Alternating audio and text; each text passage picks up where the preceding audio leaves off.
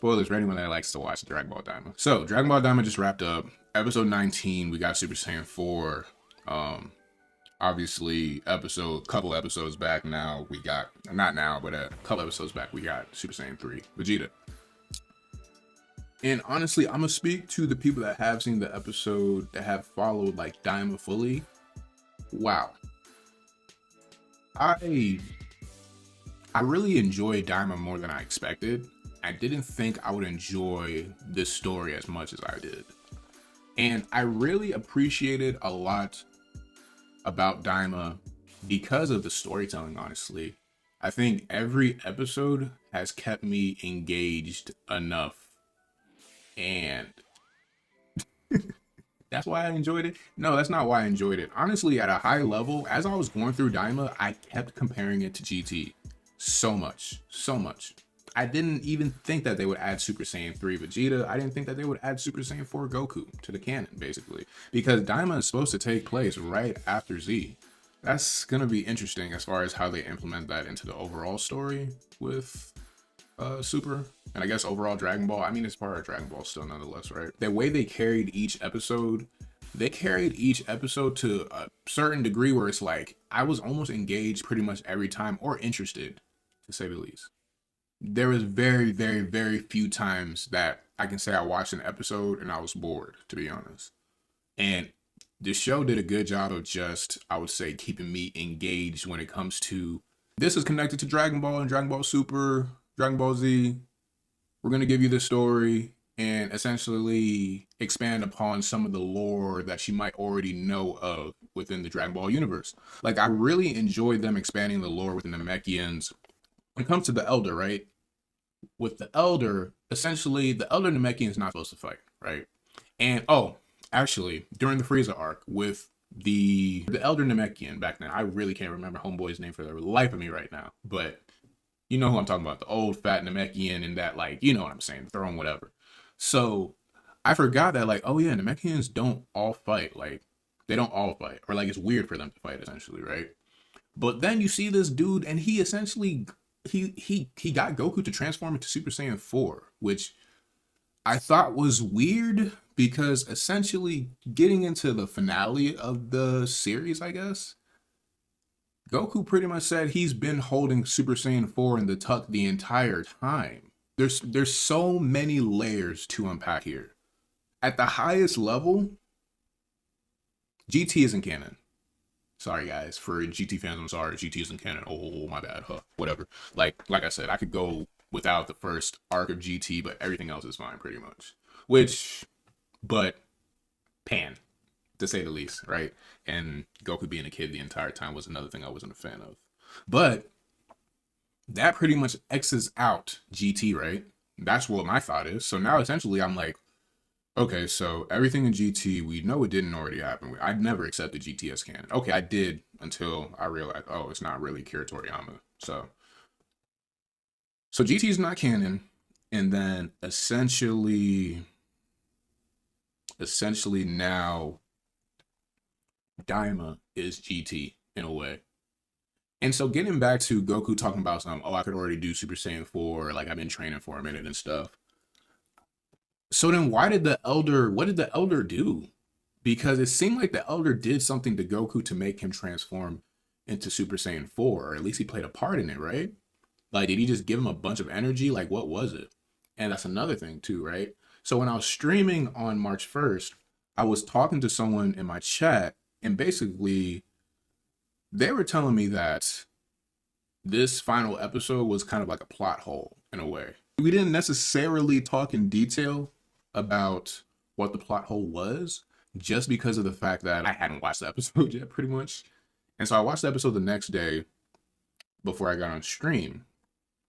And essentially, there might be a lot more plot holes than I can think of right now in this recording, but there was at least that's a plot hole right there, no? Like, the Namekian, that's kind of a plot hole to me.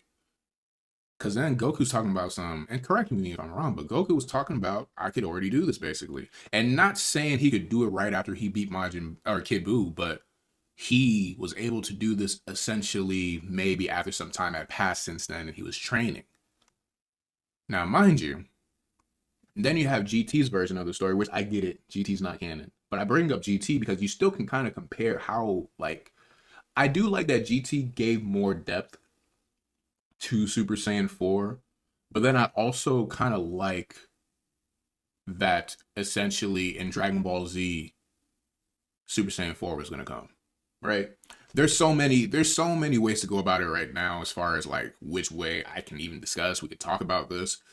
But I wanted to call that out at least. I wanted to call that out. That was kind of a inconsistent thing I noticed. And then also too, maybe this is something else. I thought we were gonna get Fusion. I was really surprised that we didn't get Fusion.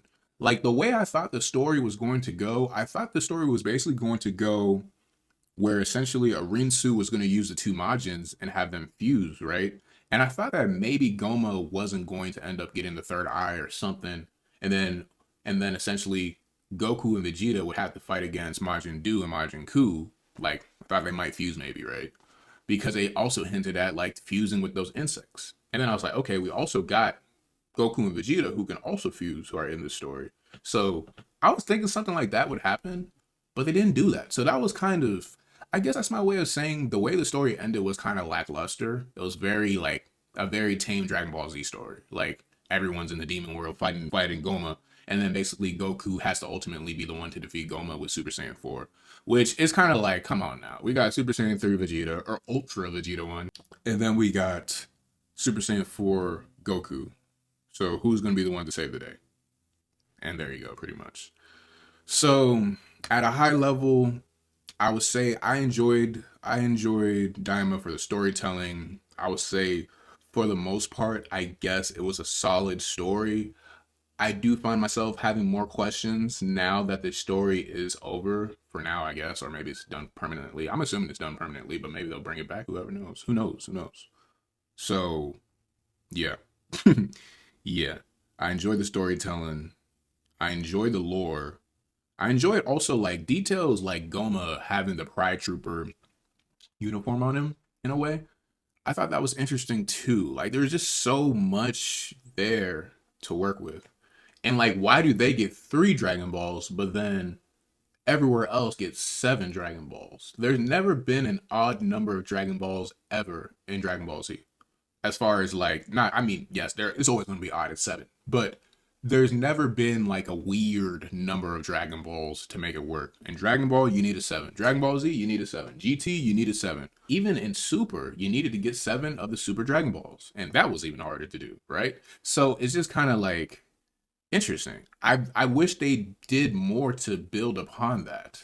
Like I don't want to get teased with stuff and then follow up later, but nonetheless though, overall, getting my critic mind out of this and just trying to be more so just a fan right now or a consumer, I am really glad we got this from Akira Toriyama. I think he probably completed this before he passed away. I'm assuming he completed this before he passed away. So for this to be like one of the last stories that we might get from Akira Toriyama, essentially, and I believe Akira Toriyama passed in March last year, but the news didn't get out till March, so he could have already, been gone at that point, I guess. I don't know. But regardless, I do think it's kind of cool, like the aligning of that. I kind of want to call that out. Like I'm almost like, was that intentional? Like I don't know. That's just me. These are the things I think about sometimes. This is my brain. Like I said, I be thinking a lot. I think a lot. I really do. More than I should sometimes. Rest in peace, Akira Toriyama, man. But besides that, that's my thoughts for now. Daima, I highly, highly recommend. I think, honestly, anyone that catches this, I guess you could say my overall, like, review, rough thoughts of Daima right now, or raw thoughts of Daima right now. Let me know what you think. And for those that hadn't seen it, you can watch it on Crunchyroll now. You can binge it. So just binge it. Check it out. Let me know what you think. Genuinely check. Like, tell me. Because for real, I was really surprised by the amount of people I knew that liked Dragon Ball Z in real life, and they weren't really watching it. And I don't know if it's just the fact that the series was like marketed as them turning into kids, so maybe GT trauma, which I think that was part of it. But I've also gotten some feedback that maybe it has to do with Super too. Like there's so much that has happened with the manga and films since Super ended with the Tournament of Power, and we still haven't gotten a that sense, honestly. So honestly, we need Superbad. We need Superbad. Yeah.